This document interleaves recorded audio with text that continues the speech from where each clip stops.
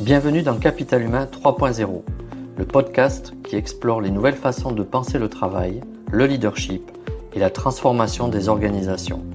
Je suis Johan Darquest et dans chaque épisode, je vous propose un regard décalé, éclairé et profondément humain sur les enjeux RH, managériaux et sociétaux d'aujourd'hui. Prêt à remettre du sens, de la conscience et de l'intelligence collective au cœur de nos pratiques? Alors c'est parti! Alors bienvenue dans ce nouvel épisode de Capital Humain 3.0. Aujourd'hui, nous allons explorer ensemble un sujet au cœur des transformations actuelles du travail. Il s'agit du leadership et de l'engagement dans un monde incertain. Alors pour en parler, j'ai le plaisir d'accueillir deux invités au parcours complémentaire et inspirant. Tout d'abord Nathalie Gourdin, qui a forgé son expérience du leadership dans des environnements exigeants, alors du sport de haut niveau au commandement militaire, et qui porte aujourd'hui une réflexion profonde sur la manière de concilier exigence, vision et l'humanité dans l'entreprise. Et mon autre invité, c'est Caroline Diard, que vous connaissez déjà sur de précédents épisodes. Alors Caroline est enseignante-chercheuse, experte en droit du travail et en management, dont les travaux éclairent les évolutions des organisations face aux crises, aux nouvelles formes de flexibilité et aux enjeux émergents comme l'IA ou la cybersécurité. Alors toutes deux, elles vont apporter un regard croisé à la fois sur une expérience incarnée, humaine et stratégique d'un côté, et celui de l'analyse scientifique, juridique et prospective de l'autre. Donc ça va être un dialogue riche qui nous permettra de réinventer ensemble la notion d'engagement et d'imaginer ce que pourrait être le leadership du futur. Donc bienvenue mesdames. Merci Johan. Merci Johan pour l'accueil. Je suis vraiment très heureux de faire cette émission avec vous deux. Et on va passer un super moment ensemble et j'espère que les auditeurs vont aussi écouter attentivement tout ce que vous avez à nous raconter. Alors pour commencer, j'aimerais donner la parole à l'une d'entre vous et déjà pour que vous puissiez apporter des compléments sur la présentation. C'était vraiment une petite intro. Est-ce que chacune d'entre vous, par exemple Nathalie, donc on va commencer par Nathalie, est-ce que tu peux nous dire quelles sont les grandes étapes de ton parcours qui ont forgé ta vision actuelle du leadership? Oui, bien sûr. Moi, j'ai commencé dans le monde du sport dès toute petite. Donc, j'étais vraiment j'étais dans un monde de l'exigence, du travail, finalement, parce que bah, on s'entraîne, on doit progresser pour pouvoir atteindre le meilleur niveau possible. Ensuite, dans mes études, j'ai eu l'opportunité, la chance, ou peut-être un rendez-vous du destin, de connaître un peu l'environnement militaire, parce que j'avais quitté l'enseignement qui prépare à l'administration générale et j'avais vu une affiche des militaires qui faisaient une pyramide humaine et ça m'a donné en fait envie de m'engager dans un endroit où c'était raccord avec mes valeurs d'entraide, de solidarité. Je découvre donc un univers qui n'est pas le mien, mais qui est vraiment passionnant, où véritablement j'apprends à me connaître moi-même. Avant, je pensais que je me connaissais bien et finalement, dans les exercices, dans la fatigue physique, là où on est vraiment poussé, on peut savoir vraiment qui on est, qui on peut être et qui on a envie de devenir. Et moi, j'ai un peu découvert ça à l'école spéciale militaire de Saint-Cyr, de ma formation au 4e bataillon comme officier spécialiste.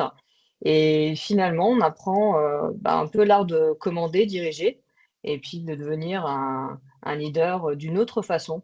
Pour moi, le leadership avant, c'était vraiment dans le côté sport, donc d'emmener des équipes, de pouvoir progresser, mais vraiment dans un but compétitif. Et là, je le découvre d'un point de vue plutôt humain, où il faut faire grandir les hommes et il faut les préparer pour des engagements opérationnels exigeants, pouvant amener au sacrifice suprême. Donc on est sur un autre niveau, mais qui rejoint aussi beaucoup ces valeurs en fait d'entraide, de camaraderie, de solidarité, mais aussi avec beaucoup de pédagogie. Donc il faut être à la fois inspirant pour inspirer, bienveillant et aussi avoir une vision, savoir anticiper. Donc c'est un peu tout ce qu'on a appris et c'est ce qui a forgé ma vision du leadership aujourd'hui. Merci Nathalie pour cette belle présentation et justement toi Caroline, qu'est-ce que tu peux nous dire justement par rapport à cette vision du leadership? Qu'est-ce qui t'a conduit à cette vision? Alors, moi, c'est un peu différent. Moi, j'ai deux carrières. En fait, j'ai eu deux vies. J'ai eu une première vie comme praticienne RH, donc j'ai été DRH, j'ai été consultante RH, et je suis actuellement en fait enseignant-chercheur dans le domaine du management des ressources humaines en général et droit des affaires également. Mais c'est en fait dans ma première vie professionnelle que j'ai eu cette approche du leadership.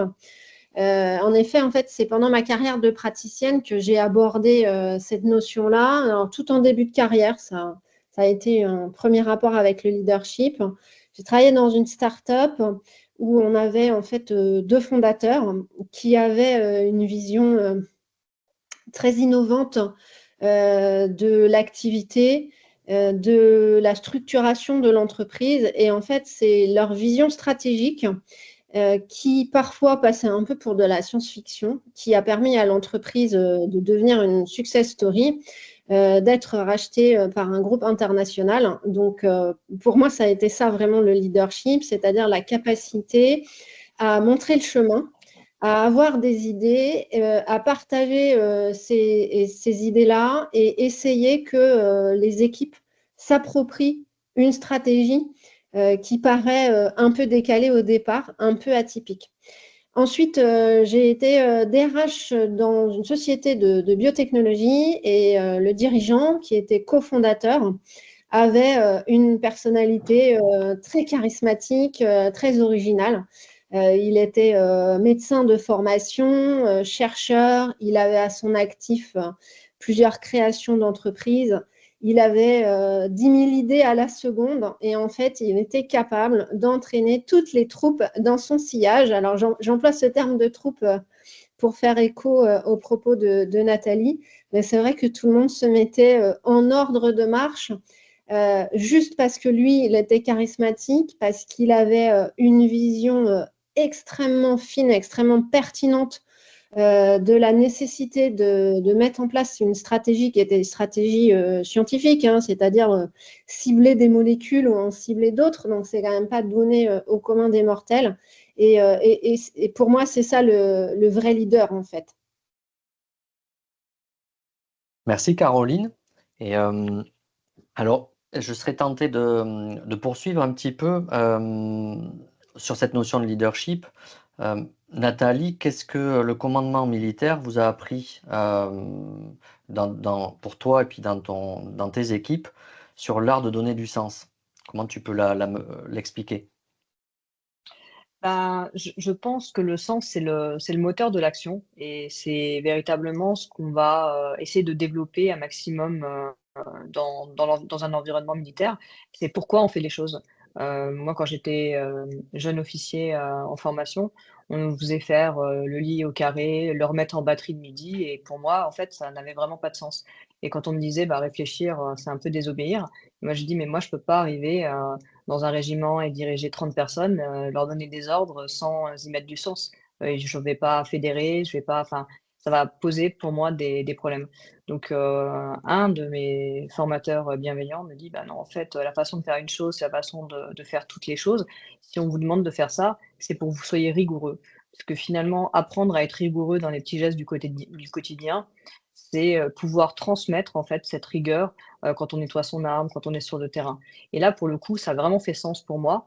Et j'ai compris à ce moment-là qu'il fallait être pédagogue et que du coup, ben, il fallait toujours expliquer pourquoi on devait faire les choses. Si on explique pourquoi on fait quelque chose, ça permet aux gens, je pense, de s'investir, d'être engagés et puis d'être aussi quelque part, d'avoir une reconnaissance, puis une espèce de forme de respect de leur intellect. Parce que moi, je considère que tout le monde a une intelligence à différents degrés. On est tous en mesure de comprendre les choses quand on nous les explique de manière simple. Et c'est un peu ce que moi j'ai appris du commandement militaire. C'était voilà un- Napoléon il disait bah voilà mieux vaut un croquis qu'un long discours. Mais je pense que c'est exactement ça. Il faut expliquer les choses de manière simple, leur donner un maximum de sens pour pouvoir créer de l'engagement et avoir de la motivation et du passage à l'action. Et aujourd'hui, moi, j'aime bien transmettre ça en me disant que on peut pas dire simplement à quelqu'un: «Fais ceci, fais cela», parce que quelque part, je trouve que c'est assez réducteur et ça va pas vraiment motiver les gens. Ça, c'est dans ma vision et ça a pu se retraduire, hein, dans le monde militaire. On peut voir des gens qui donnent juste des ordres, ça ne marche pas, en fait. S'il n'y a pas un accompagnement derrière, si on n'explique pas pourquoi et si on donne pas du sens, bah, au bout d'un certain temps, les gens, ils vont obéir par sympathie, mais sur de long terme, ça ne pourra pas fonctionner et je crois que dans le monde de l'entreprise, c'est pareil. On peut pas se contenter aujourd'hui, de pas, donner du sens pour engager les gens, de pas expliquer pourquoi, comment, où on va, d'avoir cette vision, d'avoir une forme de clarté, de donner un cap.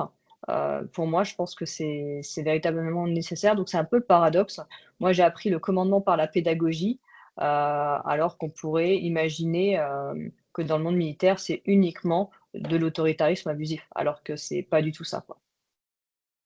Je te remercie d'apporter cet éclairage parce que c'est vraiment des idées souvent préconçues qu'on a et je trouve que c'est plaisant de te l'entendre dire et Caroline, selon tes recherches, quelles sont les conditions qui rendent un leadership perçu comme légitime par les collaborateurs? Alors à la fois de ton expérience en tant qu'ex-DRH, mais aussi dans tes travaux de recherche. Qu'est-ce que tu peux nous dire là-dessus? Alors, je vais vraiment rebondir sur le propos de Nathalie. Alors, je partage, hein, cette vision de donner du sens à des directives, à des décisions pour pouvoir expliquer comment, pourquoi. Et c'est aussi comme ça qu'on peut asseoir son autorité et son leadership. Et je vais compléter avec la notion en fait de légitimité du leader qui est vraiment très importante. Je l'ai constaté à plusieurs reprises. En fait, un leader qui est légitime, c'est un leader dont les qualités vont être reconnues par l'ensemble des collaborateurs. Si ces qualités ne sont pas reconnues, alors il peut être reconnu pour des connaissances, pour des compétences, pour une expertise. Ça peut être vraiment sur différents terrains et dans diverses activités. Et il faut aussi que grâce à ces compétences reconnues, il soit capable de donner une vision claire, transparente et originale à ses collaborateurs. Donc finalement, le leadership, c'est cette capacité à influencer un groupe et à motiver et à fédérer. Donc, c'est vraiment des qualités qui sont inhérentes à la personnalité du leader, c'est des qualités intrinsèques. Et ces qualités, c'est essentiellement des ouvertures, on va dire, dans le domaine de la communication interpersonnelle. C'est la capacité à dérouler une stratégie à travers des objectifs qui sont expliqués, qui sont transparents, qui sont ensuite compris. Et ensuite, la capacité à dire on va mettre en place les process pour atteindre ces objectifs. Finalement, le leader, si je fais une analogie avec le monde sportif, bah, c'est celui qui va être capable de mener son équipe à la victoire en réalité. Alors la victoire, mais au sens très large du terme, parce qu'on parle souvent de performance. Alors parfois, on n'a pas atteint l'idéal qu'on aurait souhaité atteindre, mais finalement, le fait d'avoir parcouru un chemin, d'avoir franchi des étapes, ben, ce sont des victoires et des victoires qu'on doit célébrer avec ses collaborateurs. Alors, ce qui est intéressant dans les terrains de recherche qu'on peut avoir, c'est qu'on constate c'est toujours bien d'être chercheur parce qu'en fait, on a du recul, donc c'est plutôt confortable, on n'est pas partie prenante. Il y a deux formes de leader en fait qui se dégagent. Il y a celui qui est formel, c'est-à-dire celui qui a un badge avec marqué manager ou chef, c'est-à-dire qu'il a été investi d'une autorité officielle au sein de l'organisation. Et ça lui confère une sorte de légitimité qui peut néanmoins être contesté.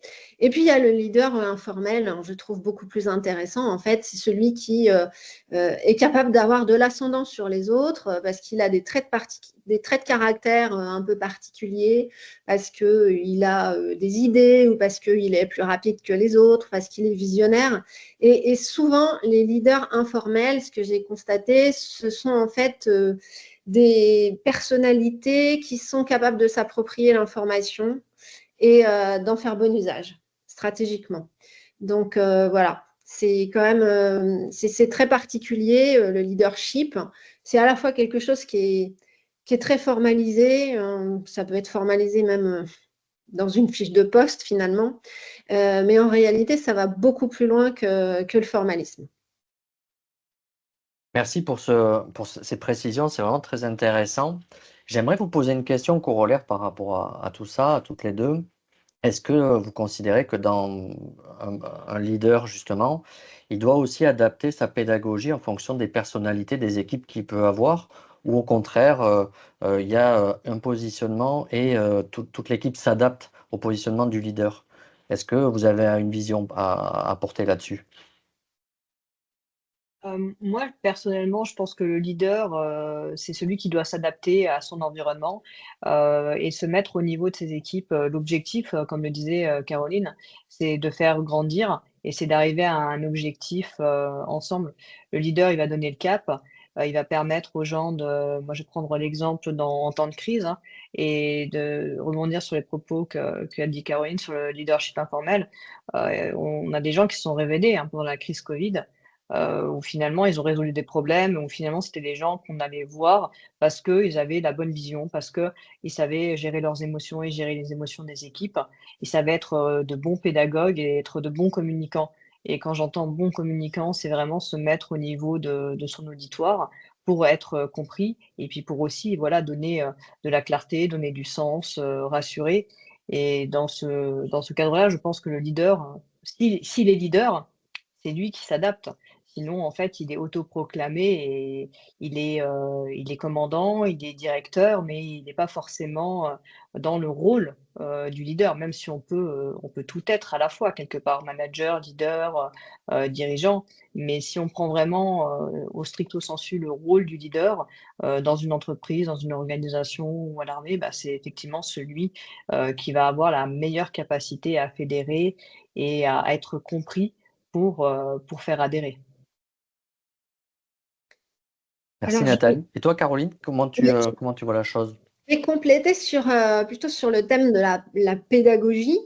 Alors, effectivement, être pédagogue, c'est s'adapter à ses équipes. Mais pour le coup d'expérience, la vraie difficulté du leader, c'est qu'il doit s'adapter à ses équipes, mais il doit aussi s'adapter à la direction générale. Donc, finalement, il doit faire preuve de pédagogie descendante et de pédagogie ascendante. Je ne sais pas si on peut le théoriser, mais en tout cas, c'est un constat. C'est-à-dire que parfois, il y a des décisions qui sont décorrélées du terrain, qui vont s'imposer en fait à des managers. Et les managers, à un moment donné, vont comprendre que ce ne sera pas possible à mettre en œuvre avec les équipes. Et là, ils devront expliquer que les équipes ne sont pas en mesure de s'adapter à une nouvelle orientation stratégique et pourquoi. Et c'est peut-être là, finalement, où le leader, pour parler un peu avec un vocabulaire, on va dire, de vulgarisation, c'est là où il va mouiller sa chemise. C'est quand il est capable, le leader, d'aller parler en fait à la direction générale et de mettre la tête sur le billot et de dire bah non, c'est pas possible. On ne peut pas faire ça aux équipes. Les équipes ne peuvent pas rentrer dans un moule au forceps. Et c'est là où on va voir le vrai leader finalement. Le leader, c'est pas un suiveur. C'est vraiment l'inverse.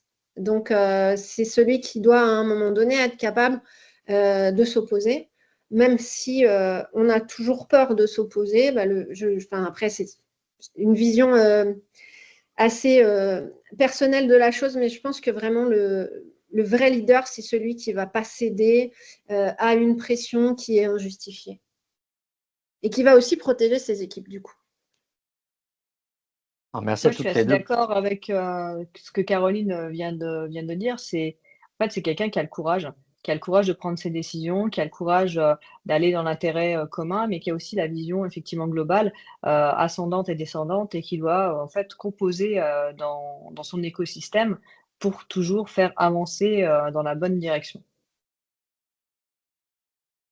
Alors, merci pour vos retours, effectivement, et je partage tout à fait cette vision du leadership et la communication, l'explication, et aussi avoir le courage de dire non aussi, hein, c'est pas évident. Et comme tu le soulignais, Caroline, c'est pas évident de composer avec les intérêts de tout un écosystème. Donc, c'est aussi sentir un petit peu cette intuition. Et les leaders, c'est vrai, sentent naturellement en fait où amener un cap. Et Alors, c'est pas évident parce que ça amène à une autre question, c'est que est-ce que vous pensez toutes les 2 que, ça se cultive? Est-ce que c'est inné, d'être un leader éclairé? Je ne sais pas si c'est le bon terme, mais je vais dire ça comme ça. Est-ce que vous pensez que c'est inné ou c'est que ça se cultive? Ou les 2? Alors, c'est le vieux débat entre la part de l'acquis et de l'inné. Je pense il y a quelque chose dans les qualités intrinsèques de l'individu qui font que potentiellement il pourra devenir leader.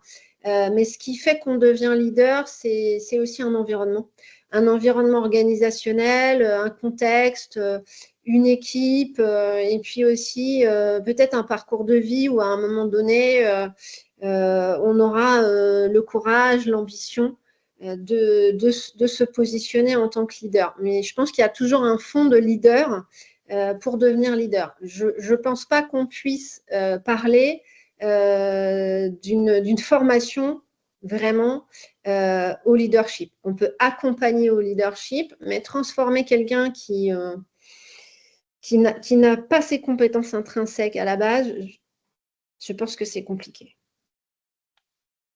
Moi, je partage effectivement le point de vue de Caroline. Je pense qu'il y a une part d'inné, il y a une part d'acquis. Mais si on n'a pas, en fait, ce petit truc en soi, d'avoir envie de progresser, d'avoir envie de faire grandir les autres, d'avoir cette force de caractère et ce courage, je pense qu'on peut apprendre, hein, des bases de leadership. Mais est-ce qu'on sera un bon leader? Est-ce qu'on aura l'envie, la passion, et est-ce qu'on sera en capacité de se révéler, hein, si on est, par exemple, dans un caractère un peu timide, mais dans une situation de crise, quand on doit faire face aux choses, je pense que, celui qui a ça en lui, bah, c'est à ce moment-là que ça peut se révéler. Maintenant, celui qui ne l'a pas, il l'aura pas forcément à ce moment-là. Donc moi, je rejoins Caroline, il y a une part d'inné et puis après il y a de l'acquis, mais sans cette part d'inné, il peut pas y avoir de vrai leader. Alors, justement, pour aller un petit peu plus loin, est-ce que tu peux nous partager, Nathalie, une expérience qui t'a marqué, toi, dans ton vécu de prise de décision en situation de crise? Et comment, quelles est leçons ou qu'est-ce que tu en as retiré, en fait, de cette expérience? Alors, c'est un petit peu difficile de ressortir juste une expérience, d'une situation de crise parce que ce soit dans le monde militaire ou dans les crises, sur lesquelles je travaille sur les entreprises, en fait, il n'y a pas quelque chose qui se dégage. Ce qui se dégage tout le temps, c'est, cette part d'inconnu, cette part, d'incertitude et cette obligation qu'on a à devoir finalement, bah, prendre du recul pour prendre des bonnes décisions, maîtriser, ses émotions, pour pouvoir justement apporter, des solutions. Si je devais, donner quand même quelques exemples, parce que j'en ai pas un qui se dégage plus que d'autres, moi je dirais que c'est la mort de personnes. Je pense que quand on est face à la mort de personnes et qu'on doit, mettre en place tout un tas de process inhérents à une cellule de crise, là on est dans le dur, on est dans la réalité, on est dans un impact émotionnel fort, pour, les personnes qui ont perdu un camarade. Alors, je pense dans le milieu militaire. On pense aussi aux parents, on pense aussi en fait à tout cet environnement et là effectivement, ben, je pense que c'est très, très, très important de balayer un petit peu le côté, émotionnel qui va être, parasitant. C'est-à-dire que dans un processus décisionnel, on sait très bien qu'on a besoin, d'émotionnel. Donc traiter en fait de la crise et pouvoir prendre des bonnes décisions à ce moment-là, voilà, ça nécessite de pouvoir, je pense, maîtriser ses émotions, pour pouvoir, agir.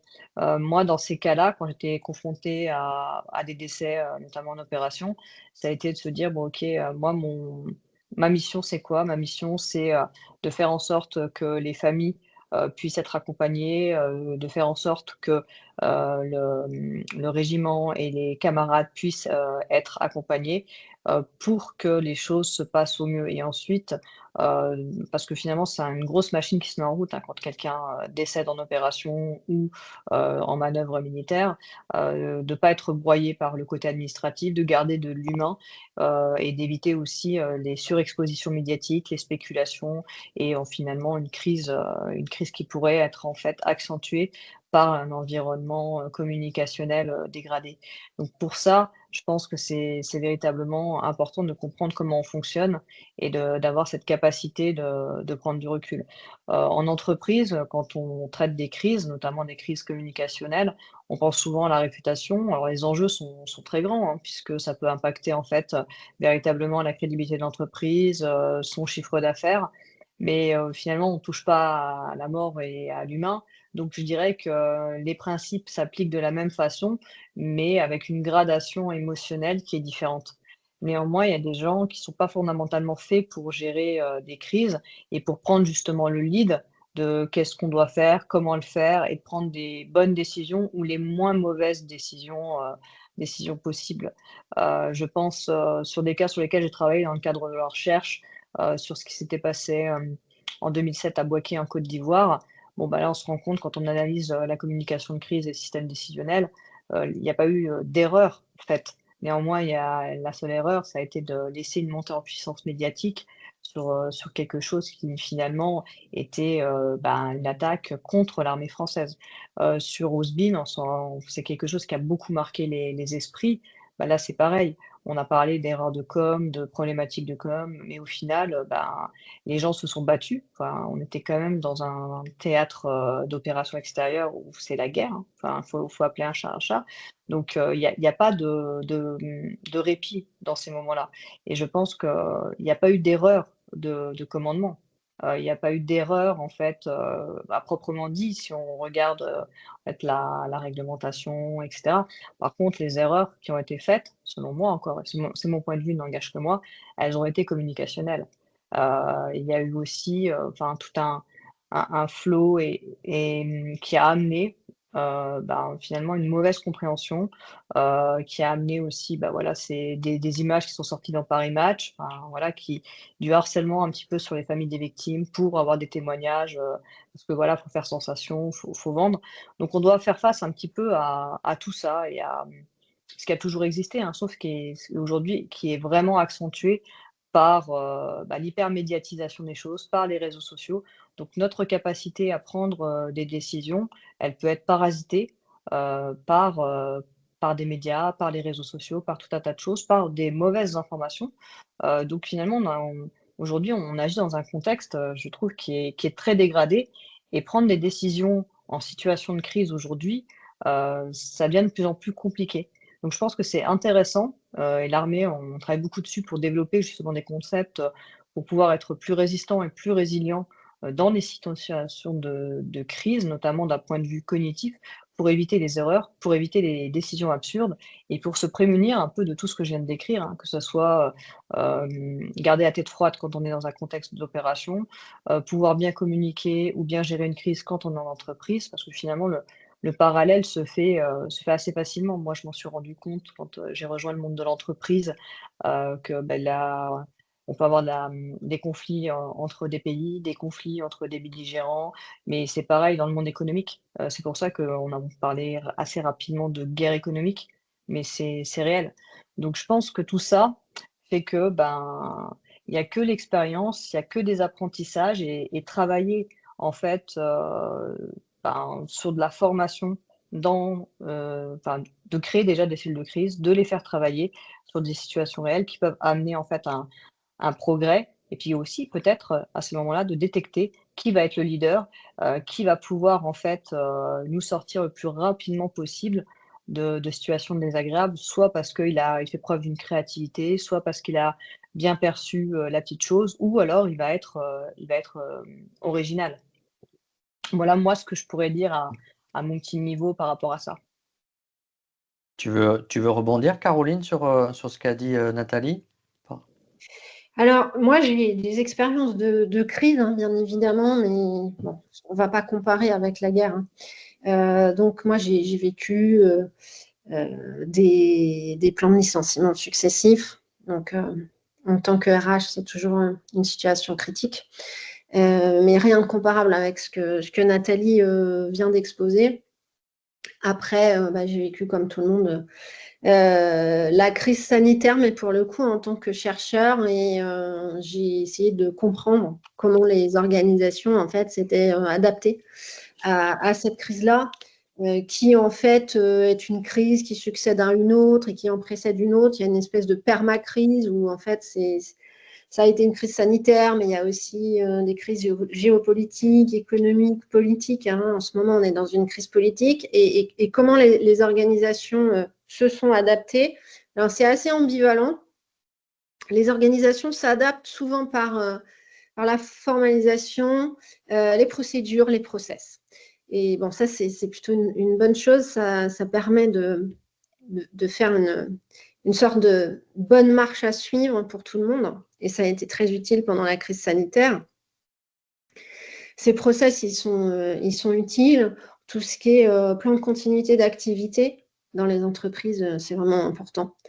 Parce que ça veut dire que quand il se passe un choc, quel qu'il soit, on est capable de faire preuve d'agilité. Alors, d'un côté, en fait, on a été capable de s'adapter par la rigueur et le formalisme. Et ce qui est très ambivalent, c'est que d'un autre côté, on a aussi été capable de s'adapter parce que les entreprises, depuis des années maintenant, ont réfléchi à des possibles modes d'organisation flexibles, et notamment télétravail, hybridation, la flexibilité des horaires, le recours à des contrats qui sont par nature temporaires. Donc, tous ces outils de flexibilité, ils permettent à une organisation, quelle qu'elle soit, de pouvoir réagir beaucoup plus vite à une crise. Donc, c'est très perturbant de se dire que d'un côté, les outils de rigueur et de formalisation et les process permettent de s'adapter, mais de l'autre, les outils de flexibilité sont aussi précieux. Merci Caroline pour ton approche, ta vision. À la faveur des échanges là qu'on a, j'aimerais une question qui me vient. On a parlé de pédagogie, on a parlé de leadership, et souvent dans l'inconscient collectif, on a l'image du leader. Il est indestructible, il n'a pas de faiblesse, pas de vulnérabilité.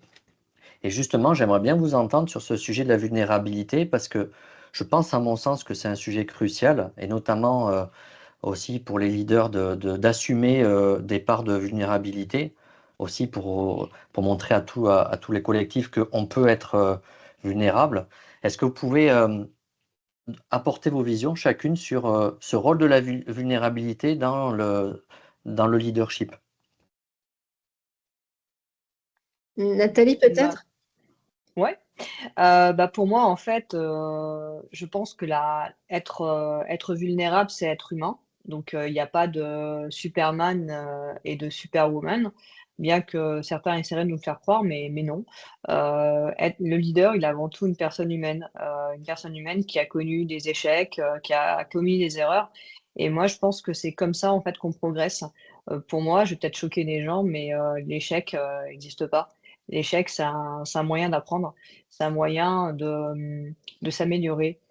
Quand j'étais plus jeune, je jouais donc au tennis de table et mon entraîneur, je devais avoir 6-7 ans, il me dit, «Faut que tu apprennes à perdre avant de gagner», et je pense que c'était une leçon qui m'a drivée en fait, toute ma vie, de me dire: «OK, j'ai le droit de perdre, mais il faut que je comprenne pourquoi je perds, que je sois en capacité d'analyser, pour pouvoir ensuite m'améliorer et gagner», et c'est quelque chose qu'on va retrouver, dans le monde militaire, où on fait des retours d'expérience. Alors pas forcément sur des défaites, hein, parce que finalement, on n'a pas trop droit à l'erreur quand on engage la vie des gens.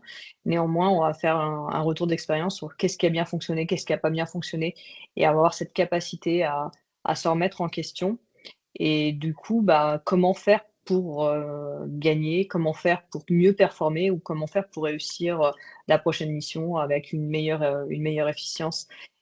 Donc, pour moi, je pense que d'avoir des vulnérabilités, de savoir apprendre de ses échecs, c'est une façon de gagner. Et en travaillant beaucoup aussi, aux États-Unis, on se rend compte que, les gens ils vont nous demander, par exemple, quand on est entrepreneur, combien de fois on a échoué? Heu, alors qu'en en France, si on crache sa boîte, on n'aura pas une deuxième chance. On sera marqué, on sera stigmatisé par un échec, et alors que dans un monde anglo-saxon, l'échec va être valorisé. Parce que je pense qu'il y a cette approche de, si la personne a échoué, c'est qu'elle a essayé. Donc elle a déjà eu le courage de se lancer, à essayer de faire quelque chose, de sortir de sa zone de confort pour pouvoir finalement, se mettre un petit peu en danger. Alors, il y a différents types de dangers, hein, mais effectivement, l'entrepreneuriat peut en être un. Aujourd'hui, bah, moi, je suis entrepreneur et tous les jours, je me dis: «Bah, OK, j'ai le droit de me tromper». D'ailleurs, j'ai fait beaucoup d'erreurs, j'ai fait beaucoup essais-erreurs avant d'arriver là où je suis aujourd'hui, hein, mais c'est comme dans le parcours de vie et je pense que c'est ça qui fait la différence. Ça rend humble, ça nous permet de garder la tête froide et puis de toujours continuer puisqu'on sait qu'on est tombé et donc par essence, on sait qu'on a la capacité de se relever. Moi, je veux dire aujourd'hui, le contexte, la conjoncture ferait que, je devrais arrêter mon activité entrepreneuriale. Je ne le vivrais pas comme un échec. Je me dirais: «Mais c'est formidable, j'ai fait ça pendant 7 ans, j'ai créé le job de mes rêves, je me suis éclatée, puis, bah, c'est pas grave, je suis en capacité de faire autre chose» et puis ou alors d'en recréer une autre. Hem, donc pour moi, c'est aussi un vrai levier de créativité. Ça nous permet de nous remettre en question et d'avoir des vulnérabilités. C'est accepter le fait d'être imparfait. Donc c'est pas de viser la perfection, ni finalement la performance, comme on pourrait l'entendre dans le côté sportif, hein, mais c'est de se dire, «Comment je peux faire mieux? Comment je peux apprendre? Comment je peux progresser?» et donc pour moi, bah, ouais, c'est une véritablement, la vulnérabilité et l'échec sont des ressources. Je vais, je Merci. vais, je vais compléter peut-être Oui, avec plaisir. très intéressant de Nathalie. Alors, ma vision des choses, elle est un peu identique, c'est-à-dire que finalement, il y a pas d'échec, mais il y a du chemin parcouru. Et, il y a une petite nuance, c'est-à-dire que ce qu'il faut faire, c'est regarder dans le rétroviseur quand on est manager dans une entreprise et se dire d'où on est parti, finalement, c'était quoi le point de départ et où est-ce qu'on est arrivé aujourd'hui. Et de toute façon, finalement, on voit que quel que soit le chemin parcouru, finalement, on a réussi. On a réussi à avancer, parfois à petits pas, parfois à grands pas, parfois avec du saut d'obstacle, mais on a réussi à avancer. Alors, on a beaucoup, dans la littérature académique, on a beaucoup parlé de bienveillance ces dernières années. Alors, c'était très à la mode, un peu tarte à la crème. Alors, je vais retourner un peu l'histoire de la bienveillance. Finalement, un leader, il doit, évidemment, c'est mieux d'être bienveillant avec ses troupes. C'est ce que raconte un peu la littérature académique. Et jamais on explique que le leader, il doit aussi être bienveillant vis-à-vis de lui-même. C'est-à-dire accepter que, Nathalie l'a dit, on n'est pas un super-héros, on n'a pas des super-pouvoirs, qu'on est limité par nos ressources biologiques, économiques, etc. Et qu'à un moment donné, finalement, on aura fait pour le mieux en tant que leader pour le bien commun, on va dire, le bien du groupe de travail, et que parfois, on va rater des objectifs, des échéances, etc. Et c'est ça aussi qu'il faut être capable d'accepter. Alors effectivement, je pense que ça devient un nouvel enjeu et pour les organisations, cette notion de vulnérabilité. Et j'aimerais vous élargir un petit peu l'échange. Et selon vous, quelles sont les nouvelles approches et nouvelles visions qui sont en train de se dessiner et qui vont être cruciales dans un avenir proche, hein, dans les 5-10 ans, euh, auxquelles les entreprises, les organisations vont devoir répondre, selon vous? Alors, il y a vraiment plusieurs enjeux dans les organisations vu d'un point de vue de chercheurs. Bon, la flexibilité, j'en ai déjà parlé, mais ça va être une question de vie ou de mort. On sera flexible ou finalement on ne pourra pas survivre, on ne pourra pas s'adapter. Il y a l'intégration de l'intelligence artificielle dans les process, mais aussi la capacité à faire monter les collaborateurs en compétences. Il y a toute la problématique de gestion des données qui me tracasse beaucoup d'un point de vue risque, cybersécurité, conformité. Ça, à mon avis, ça va être un problème dans les années qui viennent. Alors, il y a déjà beaucoup de nouveaux métiers qui sont liés à ça. Je trouve que les organisations sont des organisations apprenantes. Donc globalement, les gens que je rencontre, ils ont intégré les enjeux, ils sont mis en ordre de marche en fait pour s'adapter à ce monde qui est un monde incertain, un monde mouvant où finalement il y a aussi derrière la question de survie. Alors on ne va pas parler de guerre, mais peut-être que la démarche est un peu la même. C'est à Nathalie peut-être de me répondre. Moi, je suis tout à fait d'accord. L'idée, c'est d'avoir, enfin, d'être en capacité de faire de la prospective sur ce qui va se passer dans le futur, de pouvoir mettre en place des tests, hein. Par exemple, dans le monde militaire, on fait travailler des écrivains, des chercheurs sur le projet Red Team. Donc, on leur demande de concevoir des scénarios du futur qui pourraient nous emmener dans quelque chose de nouveau qui est peut-être pas encore connu, mais qui fait partie de, voilà, de comment penser le futur de demain. Donc, c'est vraiment s'engager sur cette anticipation. Quels vont être les nouveaux enjeux, les nouvelles problématiques, les nouvelles opportunités aussi, parce que moi, je pense que dans chaque changement, même si on vit dans un monde incertain, il y a toujours la possibilité d'en créer une opportunité. Alors autant que ça soit pour une entreprise, que ça soit pour soi ou pour le reste, mais il n'y a pas que de la difficulté dans la crise, il n'y a pas que de la difficulté dans l'incertitude. On peut aussi y voir des opportunités. Je pense que notamment dans les grandes guerres, on a fait beaucoup de progrès au niveau pharmaceutique, au niveau médical. Donc pourquoi pas aujourd'hui, même si on n'est pas dans la Troisième Guerre mondiale, ben, justement se servir de ce temps qui est complexe pour pouvoir développer de nouvelles choses. L'intelligence artificielle, moi, je pense que c'est quelque chose qui est une révolution d'un point de vue travail, au même titre que la révolution industrielle. Mais encore une fois, c'est mon point de vue. Donc, il faut, qu'on le veuille ou non, il faut s'y faire. Il faut utiliser des outils, il faut former les gens à de nouveaux métiers, il faut pouvoir les anticiper. Et puis aussi, ben, travailler sur les résistances personnelles, les résistances groupales à ce changement, puisque nous sommes dans un monde qui est en changement perpétuel, qui est de plus en plus incertain, qui va de plus en plus vite, de moins en moins droit. Donc, à travers ça, c'est comment on y fait face. C'est pas, bah, j'ai pas envie, en fait. On n'a pas tellement le choix. Donc, autant le prendre avec philosophie et de se dire, OK, ben, je peux pas changer mon environnement, je peux pas changer le monde, mais qu'est-ce que moi, à mon niveau, je peux faire pour mieux m'adapter, pour être plus flexible? Effectivement, Caroline en a parlé. Et dans un univers militaire, c'est ça, ça va être quoi les conflits de demain? Bah, dans une entreprise, ça va être quoi nos enjeux de demain? Aujourd'hui, on est déjà sur l'IA, mais est-ce que dans 5, 10, 20 ans, on sera toujours dans les mêmes enjeux? Est-ce que effectivement, on aura remplacé une partie des gens par la robotisation sur la pénibilité de certaines tâches de travail? Est-ce que dans le monde médical, si on manque d'aides-soignants, par exemple dans les EHPAD, est-ce que ça va être des robots qui vont les remplacer? J'en sais rien. Ou alors est-ce que on doit travailler pour garder la maîtrise du côté humain, miser sur l'intelligence humaine pour pouvoir justement renforcer et devenir aussi des entreprises, je pense au milieu économique français, des entreprises qui vont être attractives. Est-ce que voilà, on pourrait pas être aussi dans une forme d'innovation, mais sans avoir du retard par rapport à nos compétiteurs anglo-saxons, indiens, chinois. Donc je pense que c'est des vrais sujets et qu'aujourd'hui c'est complexe parce que on est dans la globalisation, dans la mondialisation et tout est systémique en fait.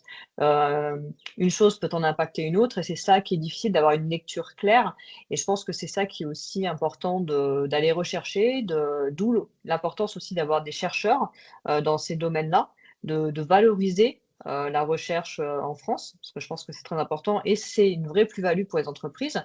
Je pense qu'elles le mesurent pas encore suffisamment, mais je pense que demain, ça devrait être ça. On devrait avoir des chercheurs dans les principales grandes entreprises et puis pourquoi pas aussi dans des PME pour justement travailler cette anticipation, cette prospective, pour analyser comment bah voilà, rendre notre organisation, les organisations plus agiles euh, et puis surtout dans un tempo qui va correspondre en fait au tempo actuel, qui va de plus en plus vite. Comment on peut répondre à toutes ces questions et ces problématiques à venir? Mais moi, je vois pas ça en problématique. Moi, je me dis, mais c'est passionnant en fait. On s'ennuiera jamais. Donc, c'est une vision un petit peu optimiste, mais quelque part, ça peut être aussi pris de ça, se dire, mais voilà, on a des défis, on a des challenges, plutôt que voir que la partie problématique de cela.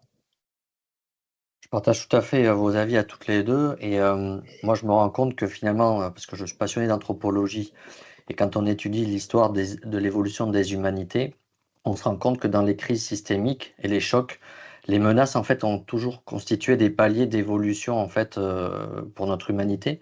Et là, on en vit une, on en vit une. Donc, je suis d'accord avec toi ce que tu dis, Nathalie, hein, sur les menaces sont des opportunités quelque part pour nous faire évoluer dans nos systèmes. Et l'autre chose aussi que je trouve, c'est ce que je voulais mentionner, c'est la notion du rôle de l'être humain. Quelle est sa vraie valeur ajoutée justement face à la montée en puissance de l'IA qui peut être en synergie, hein. C'est peut-être réfléchir à euh, comment on peut penser les organisations, quelle est la vraie place de la valeur ajoutée de l'être humain, je pense, à mon avis, hein. Ça, c'est un avis qui n'engage que moi.